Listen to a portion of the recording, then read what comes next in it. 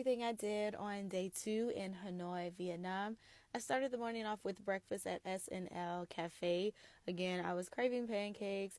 I ended up ordering a quesadilla with a side of pancakes. I know, very, very strange combo, but it was really good. They actually featured me on their Instagram, so I was like, am I famous? I then headed to the Note Coffee, which is a popular cafe in Hanoi. You do have to purchase a drink upon entry, but it's a very unique cafe because the walls are covered in notes from travelers all over the world.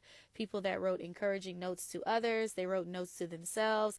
Y'all, I spent about an hour and a half here just reading a bunch of the notes. All of them were so encouraging. Of course, I wrote my own note. I wrote a note to my future self and to my current self, and it was such a great experience. After visiting Note Coffee, I decided to walk across the street to Hoi Kin Lake, where I saw the Turtle Tower, which is a historical landmark in Hanoi. I then went to the Da Nang Cathedral, and y'all, I wasn't dressed appropriately, so I couldn't go inside, but I was visiting Trang Quoc Pagoda, so I had to purchase a cover-up for like 40,000 Viet Dong to go inside, and I knew better. But this is the oldest Buddhist temple in Hanoi. Definitely should be on your list of places to visit.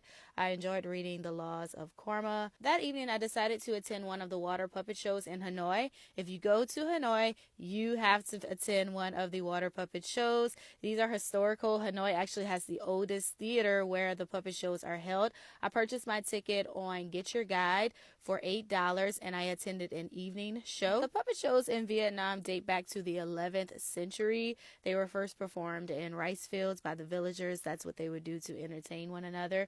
It is a live show, so there's live music. There's also an option to purchase an audio translator, but I wouldn't recommend it because I didn't find it beneficial. The show is very entertaining, and it's definitely worth a visit. It is something that's quite different, but that's why we travel, to experience different things. There is a theme and a story throughout the whole show, but again, the audio translator didn't explain that to me, so I was watching like, okay, but it was still really cool. A great experience. It's definitely great for kids too. This is everything I did on day 2 in Hanoi. Stay tuned for day 3.